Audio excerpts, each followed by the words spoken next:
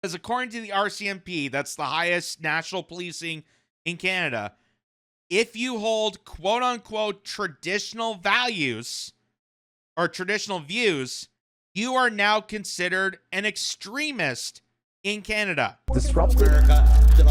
Weird thing to happen. I have to show people this. So for all my brothers and sisters here in Canada, be advised. Be advised. While you guys are poised on to thinking and determining that the United States under Donald Trump is the only biggest threat right now, or Russia or China or Iran or any other nation that they keep telling you and gaslighting you on, be advised of what's happening in your own country. As I've said before, all these people that are being distracted, and that's what all this is a big giant distraction. And yes, there's a lot of critiques on Donald Trump. We cover extensively on the horrificness that's happening in America. But we're no different. We're no different. And people need to be aware that, yes, you can look at America and feel how awful and disgusting it is. But comparison to us, there's not much of a difference. And we need to be aware of our situation back here at home, particularly in something like this. So this guy, Canada, says, according to the RCMP, that's the highest national policing in Canada, if you hold quote unquote traditional values or traditional views, you are now considered an extremist in Canada. Think about that. So if you hold traditional views, which would be under their definition, you are considered an extremist in Canada. You are considered an extremist. That's the new version of painting everyone as a terrorist, is now calling everyone an extremist. But the thing about this, and this is what I've been saying about even with hate speech, is there's no definitive term of what hate speech is. Hate speech is different between you and me. Some people view hate speech differently than some other people. There's no definitive term on what is considered an act of hatred, of hate speech. Same with traditional views. Some people view traditional views as going back to the, golden age of the 50s. Some people view traditional views as 10 years ago. Some people view traditional views of going back to way beforehand the 20s. So unless there's a definitive definition, how are you able to crack down on people on traditional views and viewing that as extremism in this country? So here, this is a little clip here from CBC News Network interviewing the RCMP chief. This is from in Montreal. And she's going to explain to the CBC and their audience that if you have traditional values and views, you will be highlighted as an extremist according to them. According to them. Again, you don't have a definitive definition, but they can just deem something as traditional views and deem you an extremist.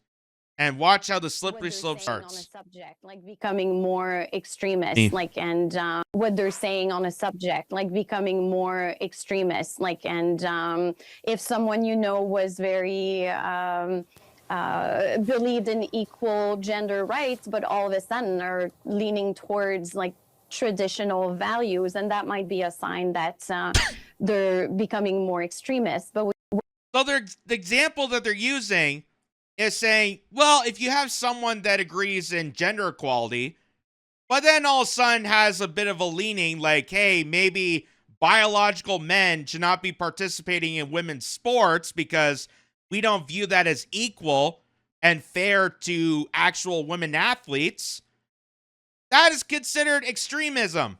That's considered extremism in Canada, to having that traditional view, even though you generally have the essence, the value of everyone treated as equal. But if you believe that a biological man should not be partaking in female sports because there is an unbelievable difference in biology and it's not fair to the women participants, the actual female participants, you're deemed an extremist just for having that single point.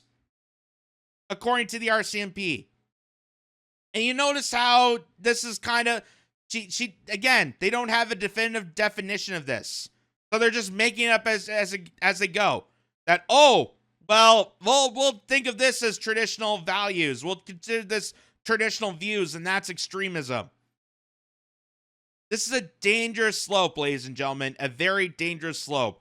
And what worries me about stuff like this, the same way that worries me about now, it's particularly in the United States, but it's happening all over the place.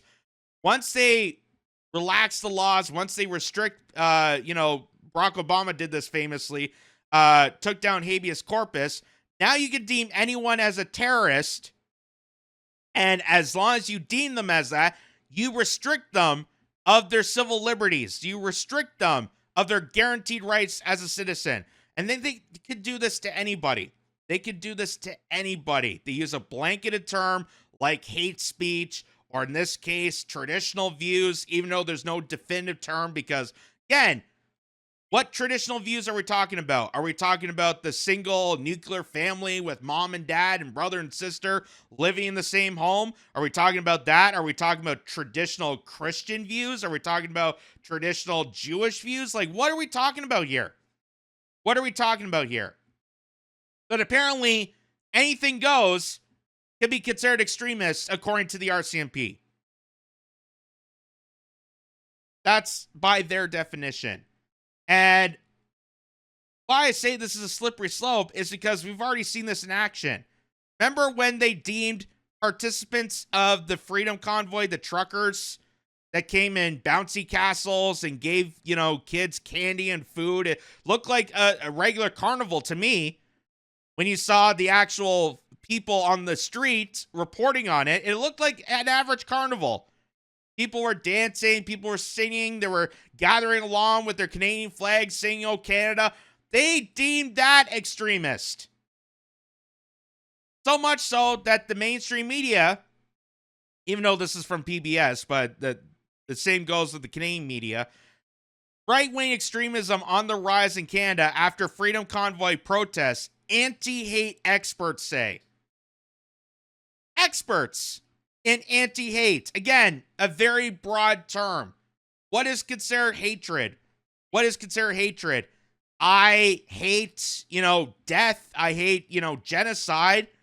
I hate that children are dying overseas with their tax dollars. Is that, me spreading hate messaging? Am I supposed to not hate that? Why are we not allowed to hate things? I hate fascism. I hate Nazis. I'm not a fan of Adolf Hitler. Am I supposed to take those back because it might upset some individuals? Like, what do you mean by that? This is what's so crazy and so sinister, using these broad terms, because now they can deem anything as a extremist position. Anything. And once they do that, they can then deem you as an extremist terrorist of whatever matter and restrict those people of basic rights. And it's not just about gender. It's not just about, vaccination mandates, but it's also about criticizing the government. So this is also from the CBC, because while they interviewed the RCMP to figure out this extremist law that they're putting out, the CBC is grooming Canadians to accept less and pay more. Sacrifice is a word heavily used lately, and they think they're willing to give more. So the CBC is gaslighting its own audience and telling Canadians that you have to pledge your allegiance more to Mark Carney's reckless spending, and you have to sacrifice more. And anyone that criticizes that is apparently holding an extremist view. It's an extremist view to criticize how our elected leader, a so-called elected leader, and I use that term loosely, is spending money overseas and bolstering European nations' armies and NATO and all these other policies that have nothing to do with Canadians. Nothing to do with Canadians. Not like that $237 billion is going towards fixing hospitals or roads or making schools better for children. But here's the CBC deliberately gaslighting its own audience. And for you to criticize it, for you to not be a part of this cult, you are considered extreme. You're considered an extremist for not pledging your allegiance to this cult. If you're a heretic. Today, they made the point that this is not about, cutting a bunch of jobs. It's about rebalancing things, retirement, and as people leave. And you could move people from Department A to, say, Defense, because that's going to be a big priority. But they also said they wanted to bust the current cycle or change the current cycle of budget building where departments just come in with a wish list and count on the finance department to find the cash. They're trying to put a culture of rigor throughout all the departments in this process. Yeah, there will be a necessary change in orthodoxy. I'm reminded of what happened with Jean Chrétien, who, when you ask Mark Carney who the leaders are that he respects, That's Jean one of them. Chrétien is one of them, Stephen Harper is another one, because of discipline. And when he talked about Mr. Chrétien, it was fiscal discipline. 30 years ago, Jean Chrétien, more than 30 years ago, was sitting in Stornoway just before he was elected, and they had policy experts invited into Stornoway, and they asked him, what are your 3 priorities once you get into government? He said, keep our independence from the United States, maintain Canadian unity, and keep the IMF from taking over the Canadian economy. Now, we have a United States independence problem. Yeah. They are. We have a unity issue, too. We have a unity issue as well. We also have Canadians who are doing the kinds of things that the government is about to do now. Canadians, if you look at real estate listings, Canadians are buying fewer homes. Yeah. They're borrowing less money. They're not going on vacation the way they used to. They're staying home. They're selling their vacation properties in the United States. Canadians seem to be prepared for sacrifice. How much sacrifice is... Yes, Canadians are willing to sacrifice. That's why they're going on less vacations. That's why they're not buying groceries often. That's why they're starving themselves, lining up at food banks. It's because the willingness to sacrifice.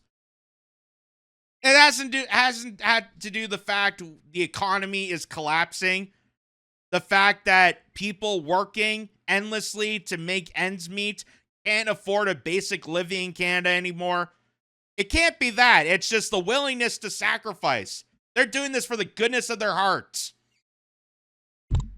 This is the CBC. This is the CBC for you. Gaslighting its own audience.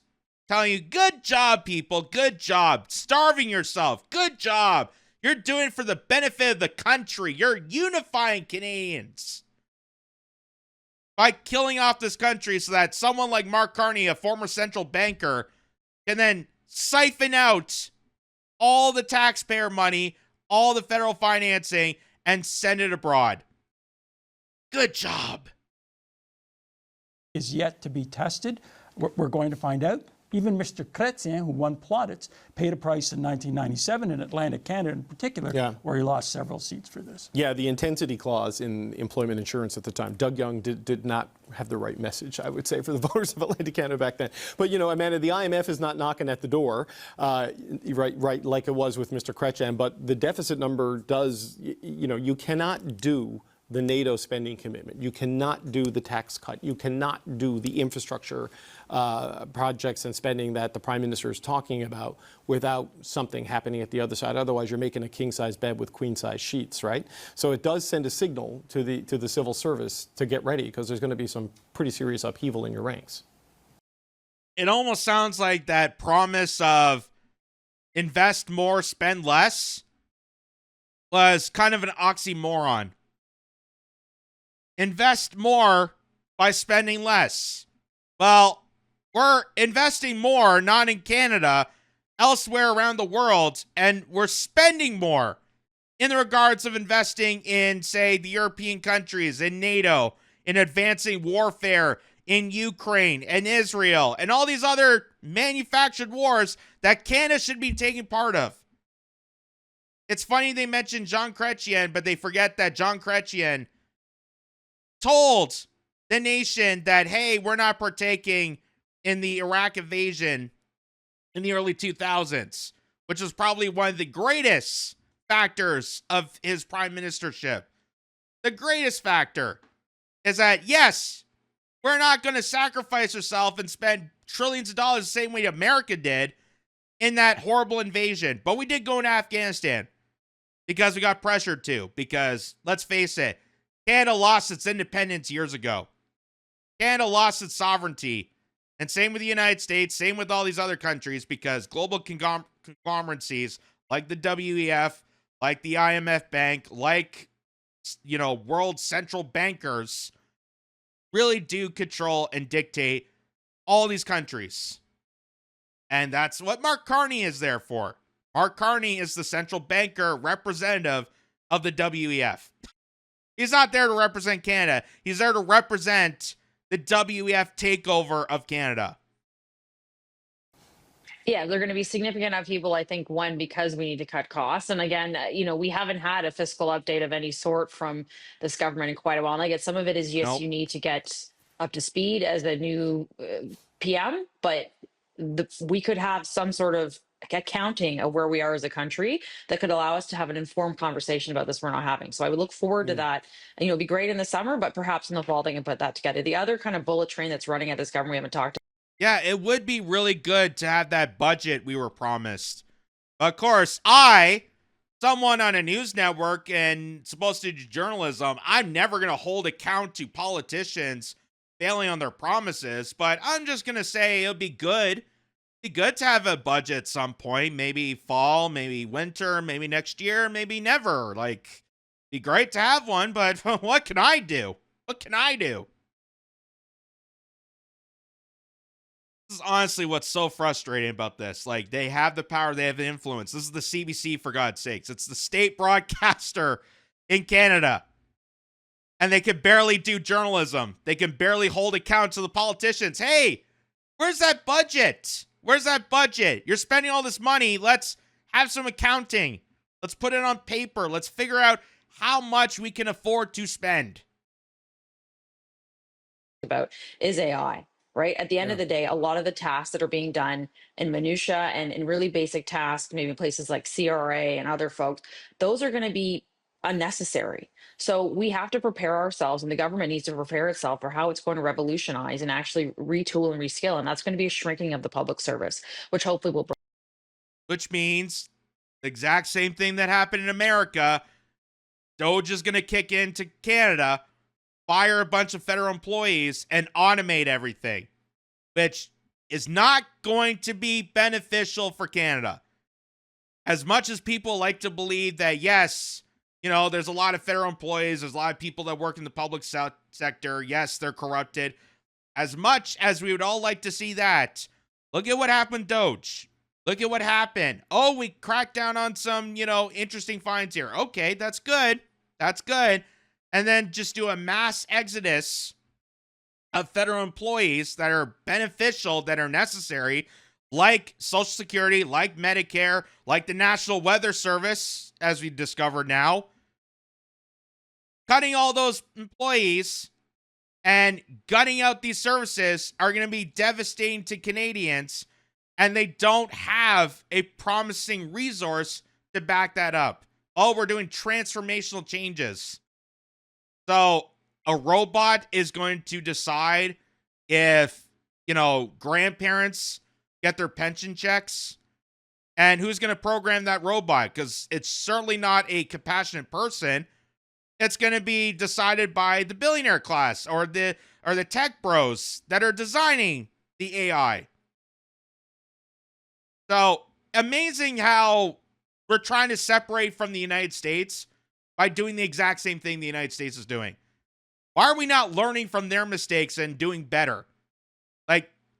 It doesn't clock into people. Is that what Justin Bieber said? It doesn't clock in. It doesn't clock in. Bring down some of this. Okay, Vandana, we got about 60 seconds left.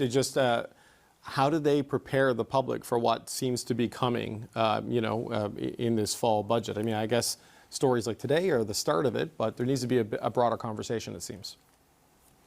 I don't think Canadians understand, I think, how much it will affect them. It may not. You know, people want their CCB, they want their dental care, their pharma care, they want their tax cut, et cetera. But to invest more and spend less is exactly what Prime Minister Carney campaigned on. So I think people are ready. I think we also, given what's happened in the United States, Canadians are willing to take some sacrifice and understand, as long as they see it's tangible and they understand exactly what they're getting out of it, and even if it means a better future for Canada and a longer plan for that, I think Canadians can understand that.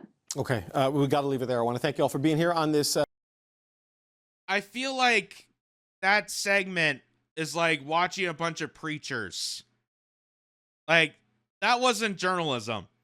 That wasn't holding things accountable. That wasn't newsworthy. That was like watching a room full of priests in collaboration to say, you, the peasants, you have to sacrifice for us. You are the ones that have to sacrifice, because somewhere down the line, the trustworthy God of Mark Carney will then shower you in the long path, the longevity. Canada's going to be wonderful from, 20 years from now, when everything is completely destroyed. We have no economy and automation takes over. It's going to be so wonderful once we completely demise our civilization. Great. Great job. So wonderful. So wonderful. And what's so dangerous about that message and what the RCMP is stating is because if anyone objects to that, or anyone has criticism of that, or anyone brings attention to this, we've shown this before, but here it is again. Canada joins landmark EU defense pact, joins $237 billion arms procurement fund, meaning that we're sending taxpayer dollars away from hospitals, away from road work, away from supporting services, away from pensions, away from everything, to send to military manufacturers, the military defense of the European nation, to keep wars like Ukraine going. And if anyone objects to that, or anyone has criticism about that, or holds Mark Carney accountable, they're going to be labeled extremists by the RCMP. We live in authoritarianism. We live in fascism. This is modern day fascism, ladies and gentlemen. It's not coming. It's not approaching. It's here. It's been here for a long while, and I don't know how long people are just going to sit on their hands and just accept this and being completely diluted with what CBC is saying, and not take this in to understand that your future is screwed. That if you care about this country, if you really care about, the elbows up protocol, if you really care about defending this country, you'd be furiously angry about this. Furiously angry about this. And you'd be standing alongside with the truckers, alongside with conservatives, liberals, NDP, whoever the case may be, in defiance against this stuff. But of course, we don't do that. We don't do that because we're programmed not to. And anyone that does stand up to this, of course, the RCMP is going to go after you. Of course, the media is going to go after you. We already know that the government has capabilities of locking people's bank accounts. So I understand it's discouraging. I understand people are scared to make a statement, make a voice. But are you going to allow this to continue on? Are you going to allow the CBC to lecture you about you? You have to sacrifice more, not them, not Carney, not any of the other politicians, other federal workers that just got huge pay raises on your buck. But you, the hardworking individual, you that are raising a family, you that has already sacrificed enough in the mass amount of how much basic groceries are costing in this country, the mass amount of taxes that are added on year after year. They're telling you to give up more? They're telling you to give up more? Does that sound like the Canadian aspect, or does that sound like something the WEF has always proposed. You know, own nothing and be happy. Eat bugs and be happy. Shut the hell up and be happy. That's who Mark Carney truly is, and this is the pure mask-off moment. I hope people realize. We've known this for a while, but I hope people share this video and see these headlines and are completely outraged, and they should be outraged, of the direction of which Canada is turning itself into.